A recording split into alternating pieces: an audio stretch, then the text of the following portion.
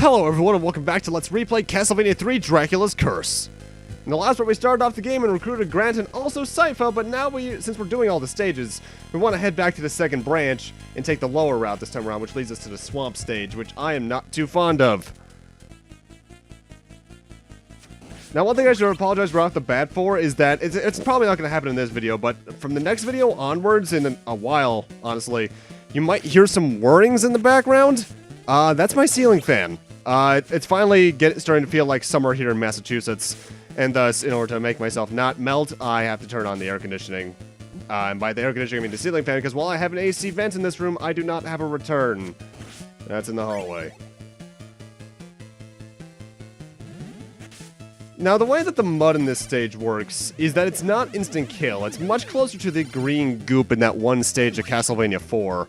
Where you slowly sink into it, though it doesn't do damage to you until you're, like, already way into it.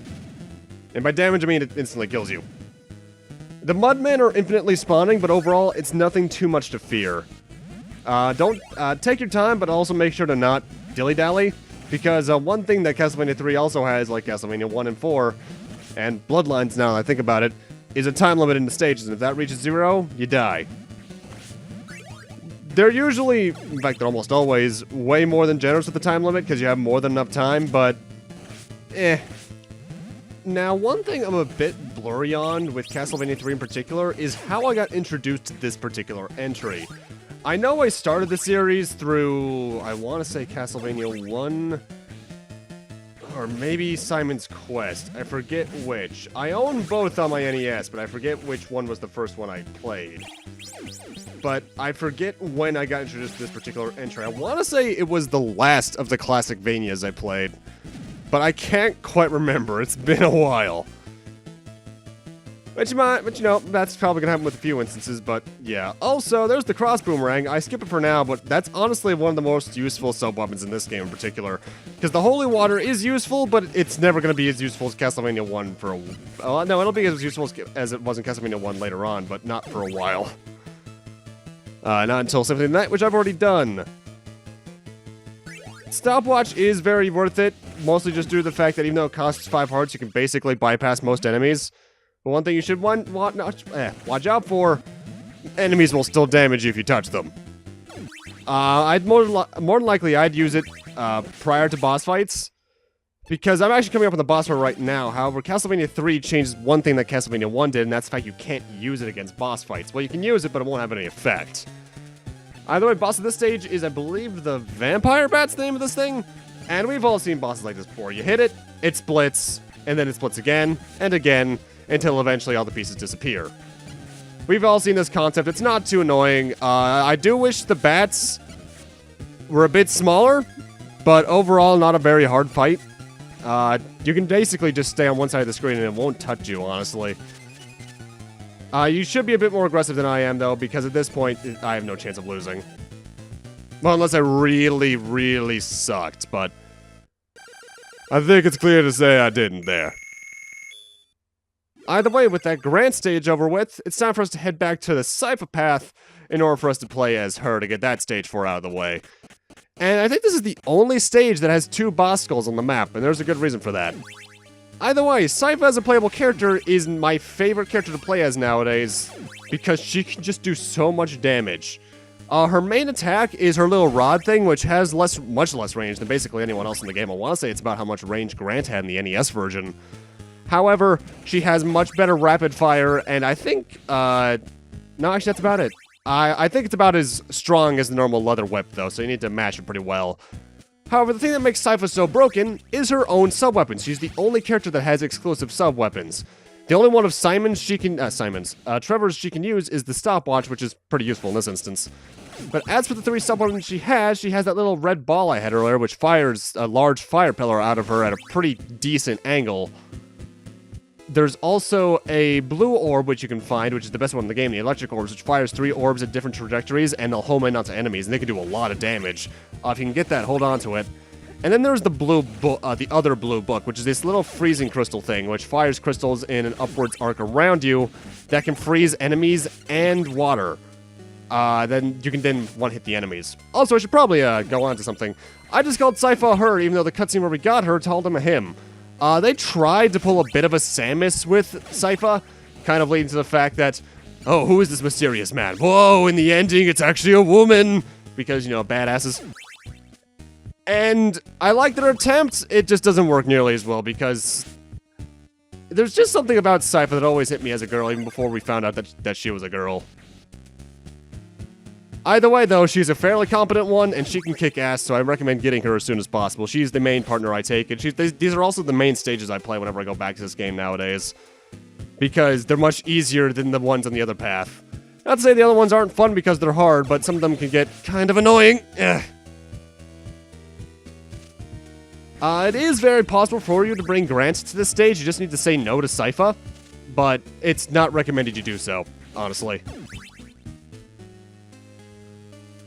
Mostly just because Sypha is just so much more useful. I want to say she walks slower and takes more damage, but I have no way of proving that. It's probably just my mind pulling tricks on me, honestly. The one thing that annoys me about the partner system in this game that I wish it did better with is that all characters share a health bar. Say I have 1 health left as Trevor and I switch over to Sypha, she will also have 1 health left.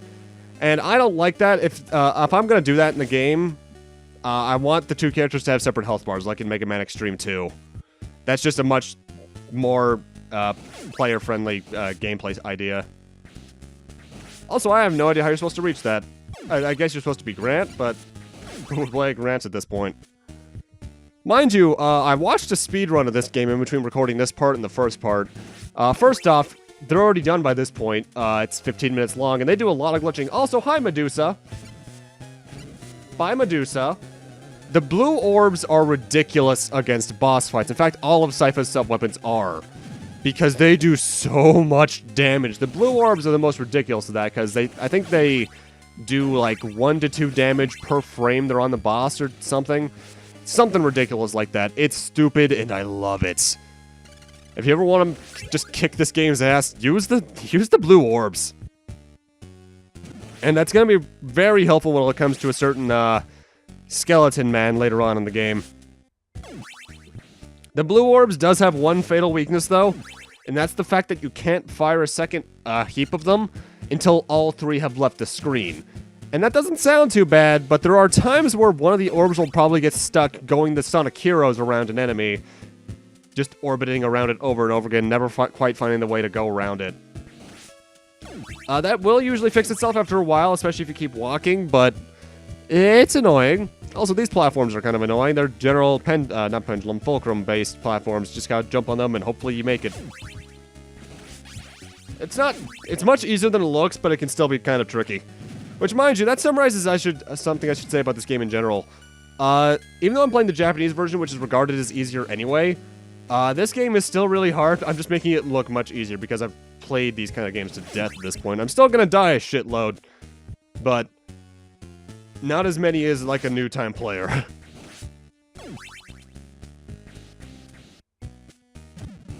Crows are still fairly annoying, but honestly, Sypha actually has an easier time with the crow enemies because she has such a smaller delay with her normal attack. It means you can basically just spam your B button until they come right next to you, and then they'll die immediately. Now, one thing I should clarify about the 3 partners, because there is one more we haven't met yet, is that I don't think any of them are outright bad, but the difference between second place, who is Grant, and third place is kind of noticeable. Either way, the boss fight at this stage is kind of dumb. It's a bit of a boss rush. Right now, we're fighting against 2 mummies who the fire absolutely demolish. And then we're going to go right into another fight with a Cyclops, I believe. I want to say this boss is called, like, the Evil Flame or something. But, yeah, kind of lazy that they're already reusing boss ideas. However, I should say that I understand why they have to do it, because there's just so many pathways that you're going to need to possibly reuse a boss in case someone doesn't go a certain pathway. After all, Capcom did that same thing in Demon's Crest because secret bosses, and I didn't complain about it too much there. At least I don't remember doing so. I do believe if you're just crouching on the right block of this platform I'm standing on right now as Sypha, you can just hit this thing when it gets close enough, but you don't want to do that because I believe its hammer-like attack or its charge attack will still be able to hit you at that point. Cyclops, you still can only hit in the eye, but the fire is the best way to do that with because you do 3 damage per hit.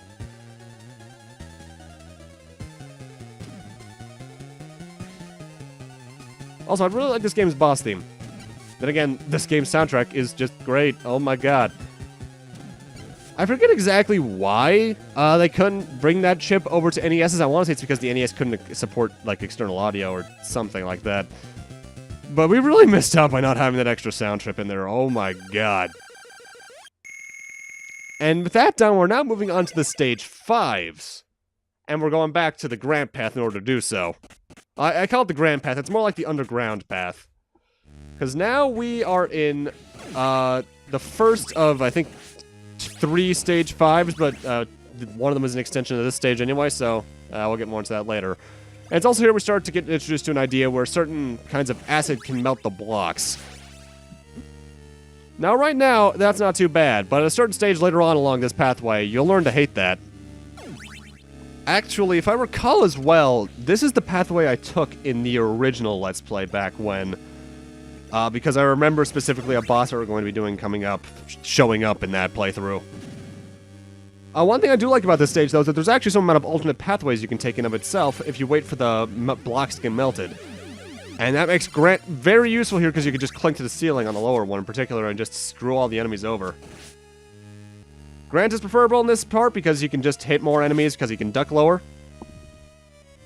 But going back to the speedrun that I brought up before the Medusa fight, the speedrun of this game's world record is about 15 minutes. I think maybe closer to 16, possibly. But what I find ridiculous about it is that they skip from stage 4 all the way to the last stage. How? Out of bounds. They basically go into the other stage's programming and die in one of them to teleport them there. And it takes a while, but it looks hokey as hell when you do it. Oh my god, I love it. NES games, I love you to death when you're actually good, that is. But man, you guys were messes of programming.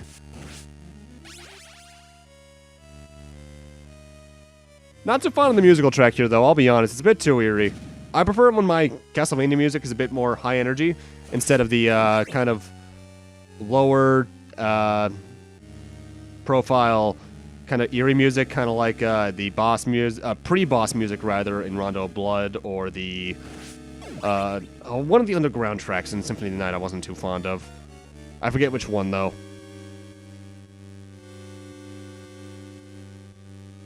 I want to say it was the one that actually played in the area where you fight Maria in the Saturn version. Yeah, that sounds about right. Mind you, if there's any song I'm not too fond of Symphony of the Night, it's Final Toccata, because they play that song way too much.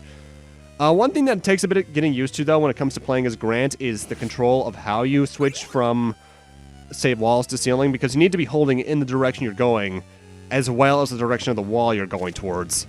Which doesn't sound too bad on the ceiling, because you're basically just holding up and right. But when you're transitioning from, like, a ceiling to a wall, that can be kind of awkward. Either way, boss for this stage is another vampire bat? Or it's Dracula, okay. This fight's basically identical to the first phase of Dracula back in Castlevania 1, only he likes to home in on you a bit more in some instances. You have to hit his head to damage him, however, that's not too bad, all things considered. Trevor is preferred for this fight, though, because of the cross boomerang sub-weapon, because you can get some extra hits in. I do take some stupid hits during this fight, but that's just because I haven't done this fight in a while since the original LP, actually. Because it wasn't long after that I started just using Sypha more often. And Sypha can never be in these stages without some sort of glitching, of course, so yeah. It's especially good if you can get the cross boomerang to hit this guy twice, because then you can just make the fight that much faster.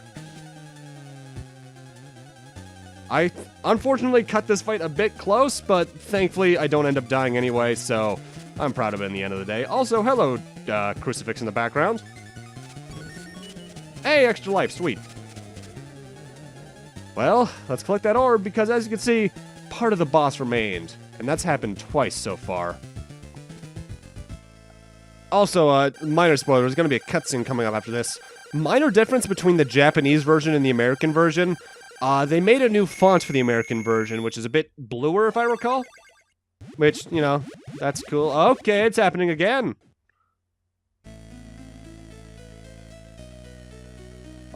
You have won.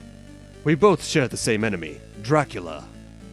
Would you like to help me thwart his evil plans? Sure. Accept a partner? Sure. Ah, thank you. I am Alucard. It is an honor to meet you.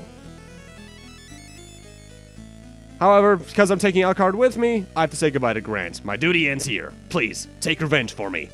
And that's the last we're seeing Grant in the game. I'm taking Alucard with me from here on out on this pathway, because Grant got a good amount of screen time. Either way, even though... Actually, no, I am using him right now. That's right. Alucard is the same Alucard we'd eventually play as in Castlevania Symphony of the Night. And as a partner, he's my least favorite, but he's not bad, per se. This is also, I should mention, this is the rest of this part, I think, is considered Stage 5, Part 2, which is Alucard's Cave. Alucard, the way he works is that, first off, he's the only one of the three partners that gets those little upgrade things. Because what it upgrades is the amount of balls he throws out. They're called the Balls of Destruction. I wish I was joking about that. At a max of 2 upgrades, you're firing 3 out at a time. The only sub-weapon he can get, though, is the stopwatch. However, he makes up for that by having another way to use hearts. By pressing down in the A button when you're standing on a floor, Alucard will turn into his bat form he could later take in Symphony of the Night as well, and fly around the screen. It takes hearts up at a pretty ridiculous rate, but if you're trying to get around some more tricky platforming areas, it's actually pretty useful. I used to really hate Alucard as a usable character, but nowadays I can actually appreciate him because when he gets really close up, the Balls of Destruction can do some decent damage. Also, since I'm seeing a red skeleton on screen, that reminds me to say this now, even though Sypha's not on screen. Sypha's ice sub-weapon is the only thing that can no, it is actually the only thing that can permanently destroy a blood skeleton. And that's the bat form. You can jump with it with the A button, which basically just is a more accelerated ascent. But to transform back, you either need to get hit or go back down to the floor and press down and A again. And now with Alucard, we have another split. And this will actually determine a certain stage we enter later on.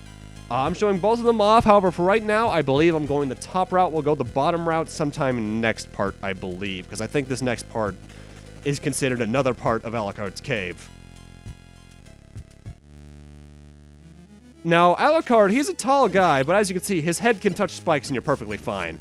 I want to say his hitbox starts around the shoulder. Which, you know, useful. Alucard, though, in terms of how much I would recommend using him if you're new to the game, he's bottom of the list still, because due to how close you need to get to enemies to do decent damage with him, he can be very tricky to play as.